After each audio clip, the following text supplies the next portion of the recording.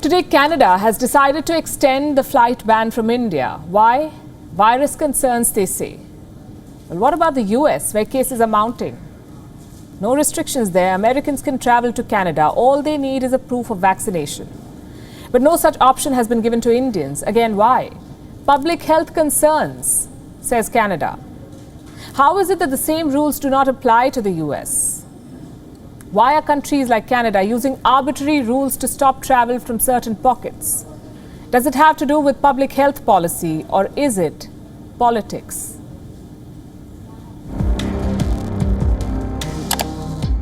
The year is 2019. A survey finds 2/3 of Australians are against immigration. The government of Scott Morrison quickly acts to cut permanent migration by 30,000. For the stolen generations. In 2020 comes the pandemic. Governments across the world suffer a fall in popularity. Morrison wants to be an exception, so in April 2021, he decides to whip up nationalism. Morrison bans travel from India, also announces strict penalties, $5,000 and 5 years in jail. No exception is made for citizens returning home from India. FYI, migrants make up 30% of all Australians, and Indian-born Australians are the second largest group. So was the ban political? Precautionary, says Australia, as it justifies the arbitrary policy. A month later, here's what a conservative newspaper finds. Scott Morrison 1, families looking to reunite 0. Welcome to 2021. A year after the virus from Wuhan came in between families, the world is now conspiring to keep them apart. Travel has become a challenge. Passports can no longer take you to your loved ones. Neither can a proof of vaccination. Why? Because politicians are playing their best politics, and businesses are making money off people's misery. None of this seems to be making sense, much like this headline. Canada has extended a ban on direct flights from India. The ban was first put in place in April. It was rolled over several times, was set to expire on August the 21st, but it has been extended for the 5th time. The ban on travel from India now remains until September 21. But Americans, they're seeing a virus surge, but they can still enter Canada.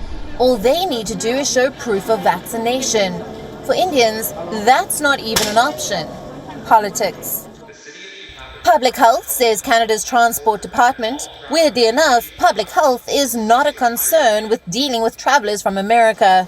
Public health was not a concern for Australia when the US and the UK suffered devastating waves.